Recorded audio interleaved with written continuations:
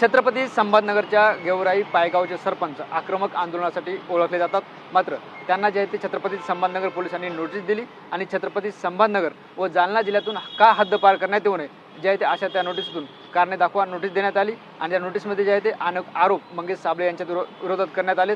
धमकी देणे, सरकारी कामात अडथळा आणणे, या सगळ्या नोटीसला जे आहे ते मंगेश साबळे यांनी उत्तर दिले। आपल्यासोबत सरपंच मंगेश साबळे, काय सांगाल? संभाजीनगर पोलिसांनी तुम्हाला नोटीस दिली होती, आज तुम्ही त्या नोटीसचं उत्तर दिले।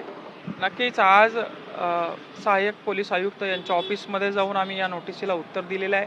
काल सन्माननीय मनोजदादा जरांगे पाटील यांनी सांगितल्याप्रमाणे, IG सर यांनी सांगितल्याप्रमाणे हे उत्तर आम्ही दिले। काल CM ऑफिसमधून देखील आम्हाला फोन आला होता।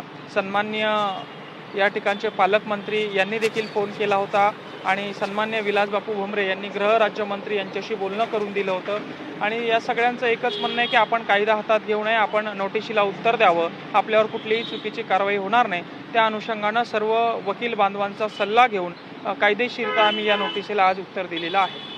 मात्र जेव्हा तुम्हाला ती नोटीस देण्यात आली होती तेव्हा दोन साक्षीदारांचं असं म्हणणं होतं की तुम्ही त्यांना धमकावलं, खंडणी मागितली, हे आरोपसुद्धा तुमच्यावर होते। हे स्पष्ट या नोटीसीमध्ये काय काय आरोप लावले, त्याच्यावर माझं काय काय म्हणणं आहे या नोटीसीमध्ये मी लिहून माझं म्हणणं सहाय्यक पोलीस आयुक्त देशमुख सर यांच्या ऑफिसमध्ये जाऊन आज दिलेलं आहे। मात्र आज उत्तर दिल्यानंतर ही कारवाई एखाद्या वेळेस थांबलीही असेल तर मी जे वाभाडे या प्रशासनाचे काढलेत, यावरून उद्या माझ्यावर सूडबुद्धीनं कुठली कारवाई होऊ नये किंवा उद्या सूडबुद्धीनं कुठला कार्यक्रम माझा हे करू नये, हे देखील मला या ठिकाणी नमूद करावं लागेल। म्हणून ज्या ज्या व्यक्तीचे मी नावं घेतले, सिस्टमला उघडं पाडण्याचं मी काम केले, त्यांच्यापासून उद्या माझ्या जीवितास धोका आहे असं देखील गृहमंत्री आणि गृह राज्यमंत्री यांना निवेदन मी देणार आहे। पण ही सगळी नोटीस तुम्हाला दिल्यानंतर तुम्ही कुठेतरी पोलिसांवर दबावतंत्र राबवण्याचा भाग केलेला पाहायला मिळतो। आंदोलनं झाली, काही सामाजिक संघटना रस्त्यावर आल्यात।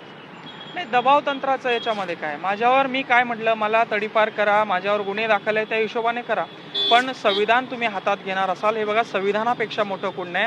आणि काही अधिकाऱ्यांना वाटत असेल की आपण संविधानापेक्षा मोठे आहोत तर हे चुकीचं आहे। मग जनता, तुम्ही कायद्यात उडवणार असाल तर जनता कायद्यात हातात घेतेच।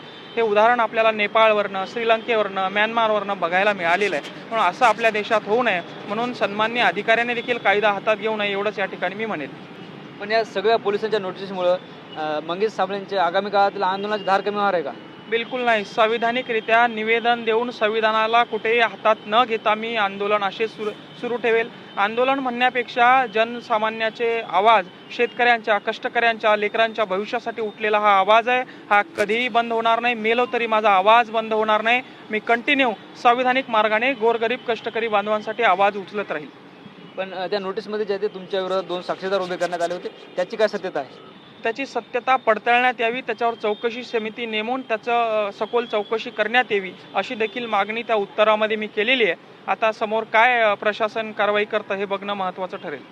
आणि नोटीसीत काय उत्तर दिले तुम्ही? मी हेच म्हणलंय की माझ्यावर जे आरोप आहेत ते स्पष्ट मी गुन्हे त्या ठिकाणी दाखवलेले आहे। काय काय गुन्हे आहेत ते रेकॉर्डवर घेतलेले आहे। कुठले कुठले गुन्हे सन्माननीय कोर्टाने मला जामीन दिलेली आहे आणि सन्माननीय कोर्टाने निर्दोष दिलेले आहे, हे सगळं स्पष्टीकरण तक्त्यासहित त्या ठिकाणी मी दिलेले आहे। मात्र जे ते दोन साक्षीदार आहे, कायद्याला असा कुठतरी अधिकार आहे की दहशतवाद माजवणारा गुंडगर्द एखादा कोणी बलात्कारी असेल तर त्याच्या विरोधात कोणी साक्ष द्यायला तयार होत नाही, म्हणून गुप्त साक्षीदार घेण्यात यावे। मात्र मी तसला गुंड, बलात्कारी, दहशतवादी, खून करणारा नसून सामान्यासाठी लढणारा माणूस आहे, म्हणून ते कोण खोटे साक्षीदार आहे हे देखील समोर आणणं गरजेचं आहे। कारण आज तुम्ही चोरीचा आरोप लावलाय, उद्या छेडछाडीचा आरोप लावशाल, उद्या अनेकही काही आरोप प्रशासन संविधानाचा गैरवापर करून लावू शकतं। त्यामुळे ही खबरदारी घेणं आणि याच्यावर आवाज उचलणं हे माझं या ठिकाणी कर्तव्य आहे। पण आता हे सगळं उत्तर तुम्ही दिलंय, आता याचं पोलिसाचं समाधान झाले का या उत्तरावर?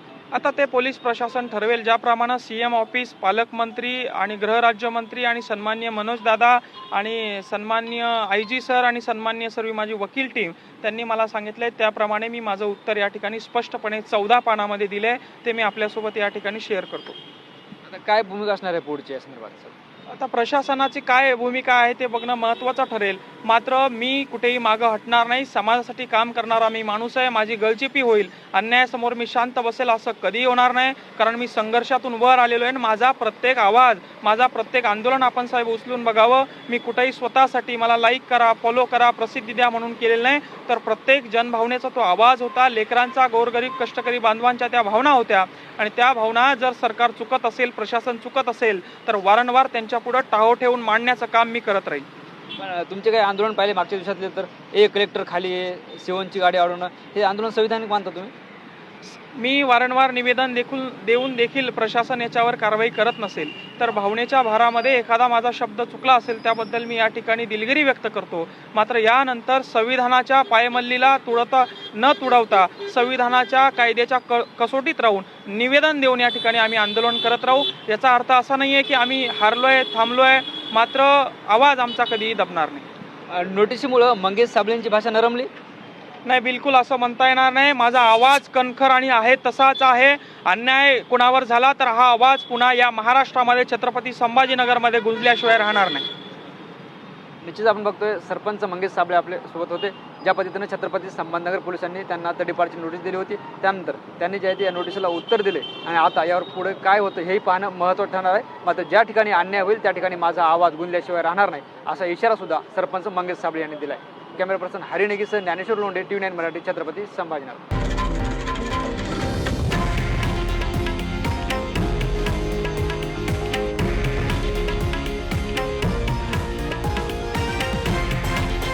हे आहे देशातील नंबर 1 न्यूज नेटवर्क आणि आपण पाहत आहात TV9 मराठी, एकमेव.